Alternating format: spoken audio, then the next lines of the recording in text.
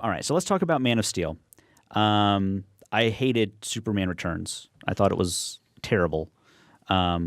This might save the Superman franchise because I generally liked the Christopher Reeve era. Mm-hmm. Superman Returns I thought was really bad. But who knows? So this is supposed to be like the Batman version of Superman, for lack of a better term. This is supposed to be the dark. Christopher Nolan is one of the producers. Yes. So. This is supposed to be like the dark, deep version of that. This is supposed to be like the Dark Knight version of Superman. Mm-hmm. Whether they pull it off, I don't know. But that's what they're selling. I mean, I don't know how many people listening remember the original Christopher Reeve movies. Mm-hmm. The first two are classics. Yes. I mean, I think they still rank among the best superhero movies. Yeah, they did a version of Superman 2 that was the Richard Donner cut. Right. That was really great. They put it out on Blu-ray that I have. Right. That was really good.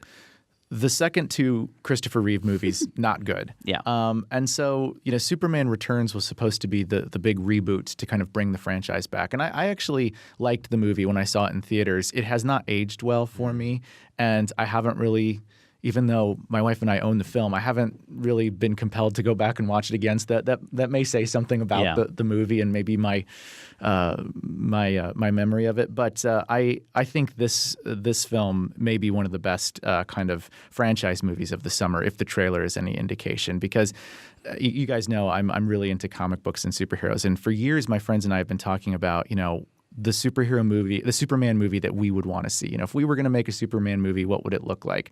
And then a bunch of us happened to be watching some other movie, and the trailer for Man of Steel came on, and we looked at each other and we're like, this is the Superman movie. It's almost like if Terrence Malick made a Superman movie. And the trailer does kind of look like that. Yeah, actually. It has that kind of, pointent American pastoral imagery.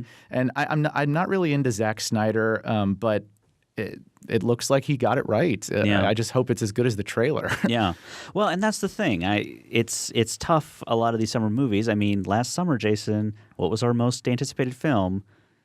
Prometheus. Yeah. And it turned out we didn't like it. So it's tough. And that had a great trailer, too. Yeah, that was the best trailer of the summer. I know. I'm there. Yeah, exactly. If the Man of Steel trailer had more of that, I would probably want to go see it. I don't know. I've never been a fan of Superman. Yeah. Comics or anything else. I actually can't watch the Christopher Reeve movies without just dying laughing the whole time. Mm-hmm. It's just I don't connect to it, and I don't necessarily want to throw it under the bus because I get the reason why people like it.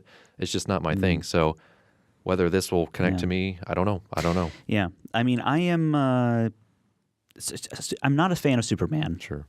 But as far as comic book films go, Superman is like... Well, you want to see it succeed because honestly, Exactly. what I'm tired of is I'm tired of hearing how they can't get it together. Yeah. Like they just can't make that franchise work. I'm just tired of reading those articles and those stories and then them trying and pouring all this money into it, and then Batman does amazing, and it's just like just let it be successful. I'm ready for that to happen. We know it'll be better than the would-be Tim Burton version of Superman. Sure. That sounded Nick Cage. Of, Yeah. I love Superman. Although I have to admit, if I could sit down with a good six-pack and that existed, that version of that with Nick Cage, I would probably watch it more than the other movies. Definitely. Yeah. Just because of how awful it would have been. Yeah. A Place for Film is recorded at WFIU Studios in Bloomington, Indiana.